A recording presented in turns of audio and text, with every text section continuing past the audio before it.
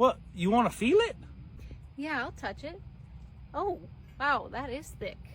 Yeah, I told you it was thick. So both the grill and, well, this is the grill and the griddle is both made out of 10 gauge. So it's